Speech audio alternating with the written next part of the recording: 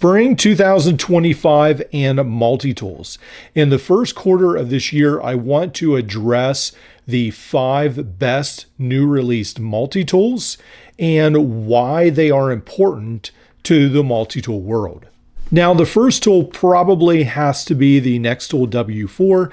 I believe this is the most revolutionary multi-tool we have seen this year. There have been a lot of good ones released, but this is the one that really changes things because for the first time in my memory of recent multi-tools at least, this one is essentially you get this ratcheting, there we go, ratcheting adjustable wrench. Now, I use this for a week at work, and I'm going to give you my honest opinion about this. I do think this is the best release so far. I think this is revolutionary in some ways in that it is a really cool engineering feat. But I did find 2 fairly large drawbacks with this tool. A big thanks to Nextool for giving me the W4. I bought one off of AliExpress. It is stuck in transit. I will probably never see it again. So this comes in at 11 ounces. Now, for instance, the tool I'm using right now at work is the Goat multi-tool. It's not perfect, but it's a lot lighter at 7.6 ounces. It has a full 1/4 inch bit driver.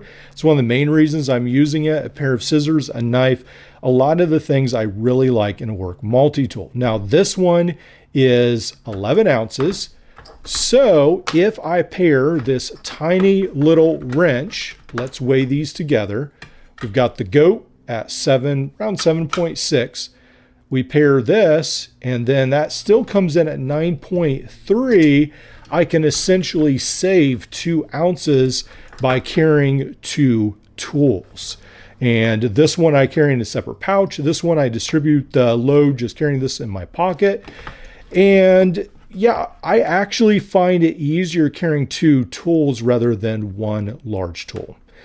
I don't know, that's just me. That won't be for everyone. That's the first issue I have with this. It's a great tool, but that's the first issue I have. I guess the second issue I have is that the ratcheting system, when I used it, I had a whole bunch of exhaust fans. I had a whole bunch of bolts to loosen and unloosen.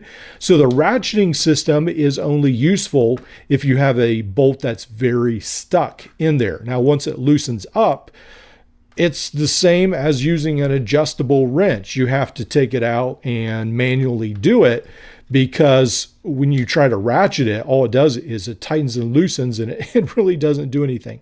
So the ratcheting system works great if you have a bunch of really tight bolts, but if they're not, or nuts, but yeah, if they're not, then it's not as effective. Does that mean this is a bad tool? Absolutely not. It's a great tool. As I've mentioned before, it comes with pliers. It has a bit driver. I really like what Nextool has done with adding not only the knife, but then on the one side, it has a file and a saw, which is pretty cool that they add both of those into one side right there. It has a lot to offer for $60, but for me, for the moment, I actually find this a little bit more useful for my needs.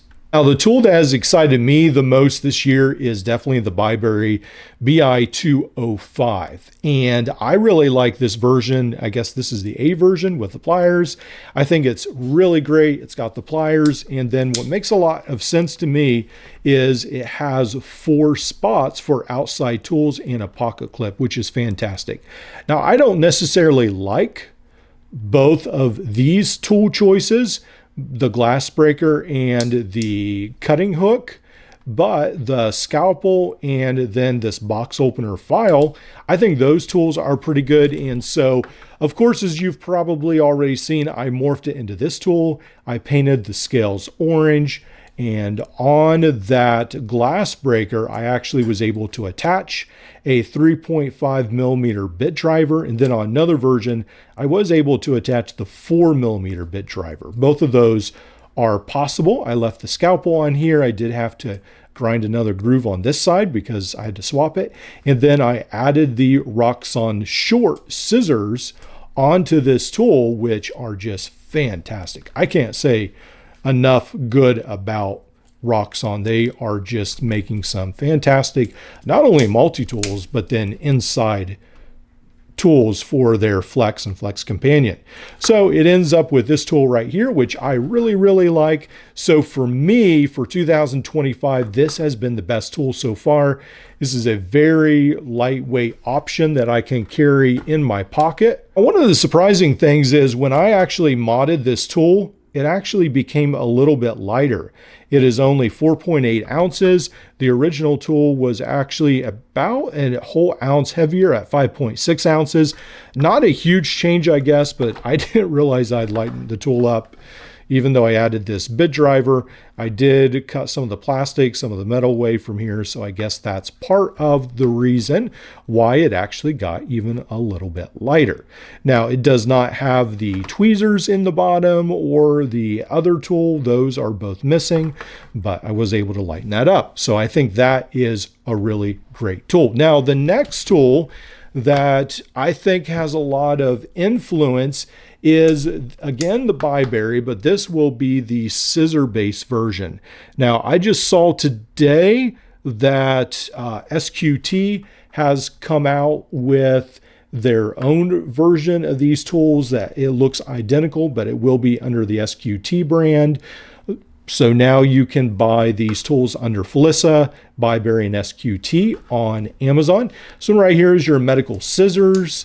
And then this has the scalpel, has this file package opener. It does have this tool right here and the cutting hook.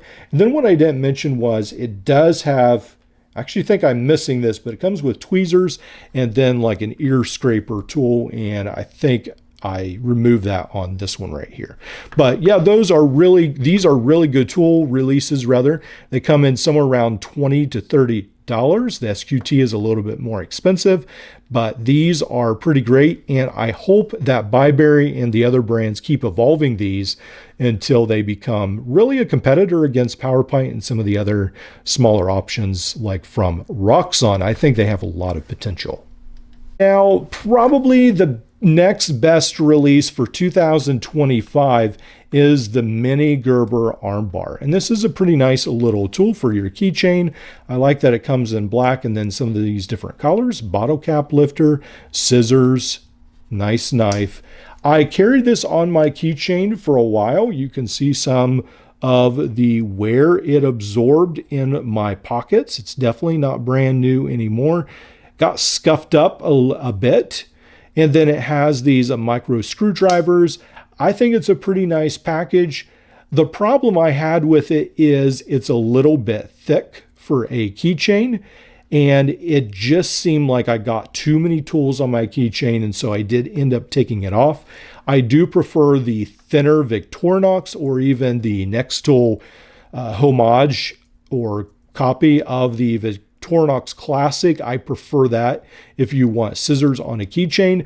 I think Gerber did great. It just needed to be flatter in my opinion. But it is a cool tool and definitely for around $20. It's not a bad price. And there are several color different variations. And then the one has a package hook instead of a knife, which might be helpful to those in countries where the knife laws are a little bit different than here in the US. Now, the fifth tool on this list is a little bit of a conundrum, the Gerber Stakeout Spark, because it definitely has some pretty interesting capabilities, and then it definitely has some big drawbacks. And why I added this to the list is because it definitely seems like a flashpoint. There are a lot of very negative reviews on it online, but essentially Gerber took the Gerber Crucial, it seems like, and made it a little bit easier and nicer tool out of it. It has straight handles now instead of the curved. You have that same plier design as a Gerber Crucial, which isn't awful. It is a little bit of a thin plier head, but I don't hate it. And they sort of combine the Crucial and the Gerber Stakeout into one, a little bit of a Frankenstein tool. I love the pocket clip. I love the small frame size of this. It's a pretty lightweight tool, but some of the negatives are they kept this hook right here, which I don't think a lot of people loved. There is this knife on this side, and then some people are very critical of this edge right here. Even though I believe this is for striking the ferrule rod, some people don't like that. They feel like the saw could have been a little bit longer. And yeah, there is just some negative reviews. I keep hearing about it. There's the whistle and the ferrule rod here in the end that's held in pretty snugly. And I've already tested that and they definitely work. Now, this tool definitely does not seem to be for people who already have a fairly large collection of multi-tools. If you already do, you probably would use a Leatherman Skeletal.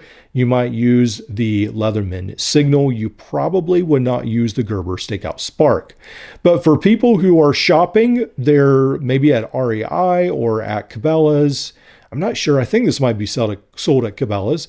But anyway, if you're at a camping store, then this is very likely a tool that some people might pick up because they're not familiar with the alternatives and it just makes sense. So I could definitely see this being one of those tools you just throw in with your backpack because, hey, it looks sort of cool and it has some extra functions. Let me know what you think. What are your favorite tools for 2025? What are some of the negatives and what are some of the things you're looking forward to in the rest of this next coming year?